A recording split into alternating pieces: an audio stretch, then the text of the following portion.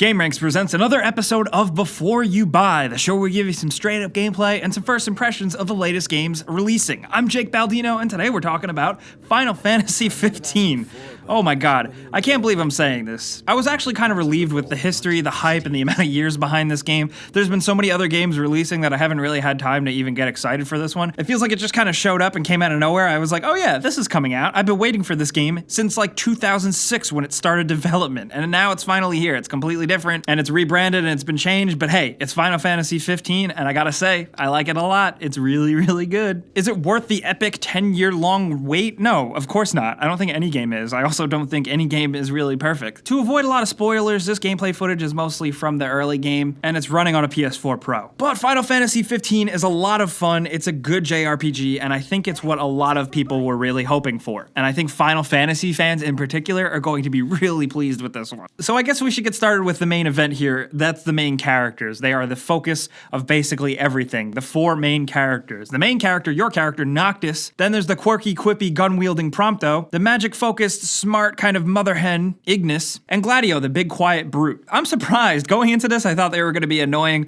but I like these characters a lot. They give you a lot of time with them, and really, you get to know them. While Prompto's anime quirkiness might bother some people, I think the characters are good here. They all have their own different thing, and they kind of remind me of the Ninja Turtles when they're all running around and doing their quips and helping each other. It just kind of all works and fits together. Noctis was the biggest question because he seemed like he was just going to be an insufferable brat, but thankfully he has a decent arc, and while he starts off being kind of snotty, you get to learn to like him and understand where he's coming from. He's not really the best main character or even one of the best Final Fantasy characters, but he does the job. The main crux of the gameplay and the game, without really setting up the story for you guys yet, is like a road trip style thing. You drive around with your three friends slash royal protectors, and you fight and hunt monsters, you do quests, you level up, and do RPG stuff. But what makes Final Fantasy 15 unique, at least for me, is the setting and how it's just a really, really weird, unique, and kind of gorgeous setting. The fact that the game really embraced Americana and kind of really made the game feel like a real world, but also still with a hint of Final Fantasy, makes it really perfect and probably like not a lot you've ever really experienced before. And that leads to my next point, the fact that you spend so much time in this damn car driving around. The car is actually automated most of the time. You just sit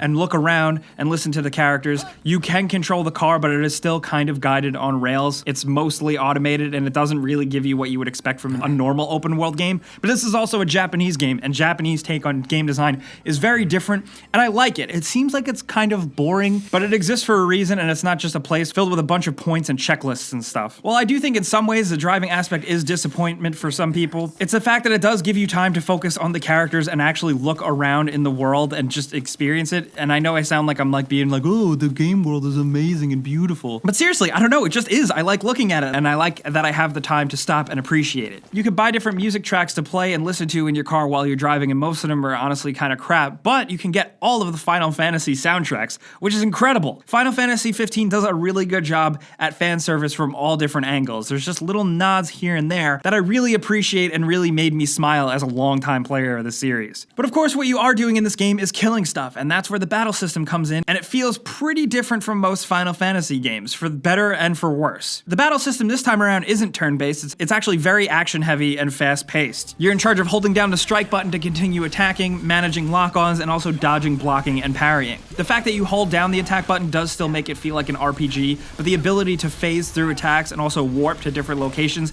makes it feel fast-paced and crazy, and like you guys are probably watching the gameplay right now and you could barely even tell what's going on, and I guess that's kind of the point. Sometimes it does make things a little difficult to manage and you feel like it's almost kind of just like an RPG equivalent of button mashing, but on the flip side, what you do get is really cool interactions between the characters. These four characters fight and kill very effectively. They fly around, it looks like an Avengers fight. People are picking each other up, giving each other boosts and slamming each other down and doing all kinds of team-based attacks that can be triggered automatically thanks to just knowing your positioning, but also you can trigger different, more heavy attacks with your characters, and they all are really cinematic and cool, and they help. And it's fun, and it's challenging. It's not perfect, it's not as deep as some people would want it to be, but there is just enough nuance there for it to feel like a Final Fantasy game. There's also another mode that you can switch on, which makes the game world pause anytime you're not moving, which allows you to kind of plan your attacks more carefully. More traditional JRPG fans might prefer that. The mode isn't bad, it is optional, you can switch it on and off whenever, and you might want to take a look. But I do gotta stress here, it's definitely not the best Final Fantasy battle system, and some people might not be the biggest fans of it. Honestly, when I first played it in the demo that they released a few months ago, I thought it was absolute garbage. But in the final game, I have come to grips with it quite a bit, and I do enjoy it. It's just not perfect. I've seen people praising the battle system to high heavens, and I don't totally get it. I understand it's pretty decent, but I don't think it's the best. But I wonder if that's because the developers spent a lot of time on everything else, including the exploration, because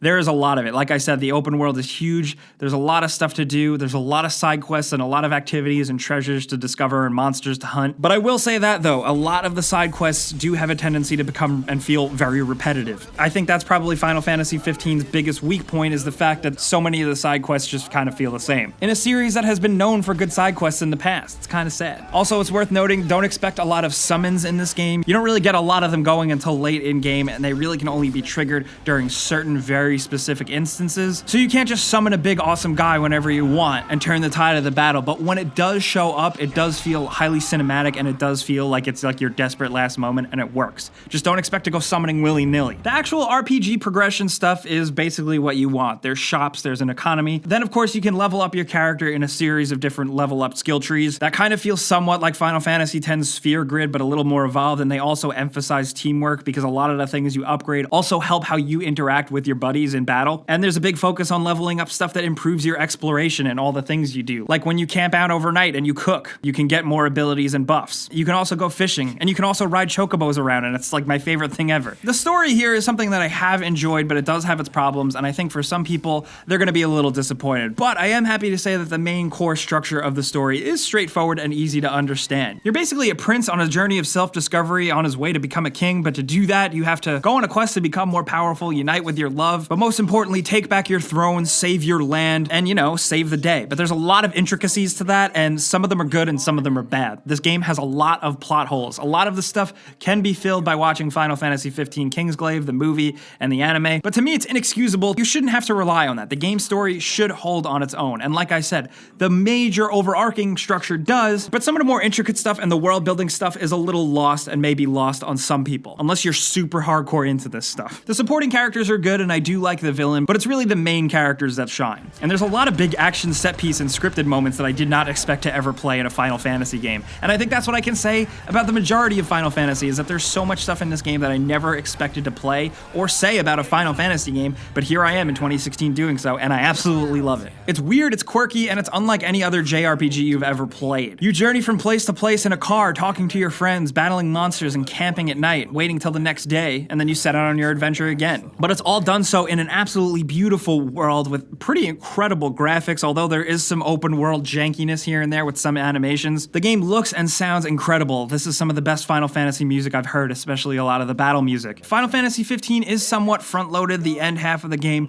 does turn into a more linear story-based experience, and it's very different. It may turn some people off, but it's definitely working for me. This is easily a 40-ish hour RPG, which may sound like one of the shorter Final Fantasy games, and it definitely is. That's with playing through the main quest and dilly-dallying with a lot of the side distractions, but if you were to do everything this game has to offer, this will take you a very long time. And I honestly do think most people will be satisfied. Final Fantasy XV was worth the wait in the sense that it is a very good game. Like I say, though, with a lot of games, it's not perfect. It does have its issues, and I think it's going to be harder for people who have never played a Final Fantasy game to get into this, but I think fans are gonna love it. I'm really enjoying all my time with it, and it is definitely a breath of fresh air. So guys, that's Final Fantasy XV. Like I said, I really like it. And some personal opinion thrown in there, and now I definitely want to hear yours. Because while I think this is a solid JRPG, I think it may be divisive for some, so I want to hear why you're digging it and why you're not. Let me know what you think about Final Fantasy XV down in the comments below. I'll be there answering your questions, and I'm also, as always, on Twitter, Facebook, and Instagram at Jake Baldino as well. If you learned a thing or two about this video, clicking the like button is the best way you can help me out, and of course, if you're new, subscribing is a good idea because we put out videos like this every single day.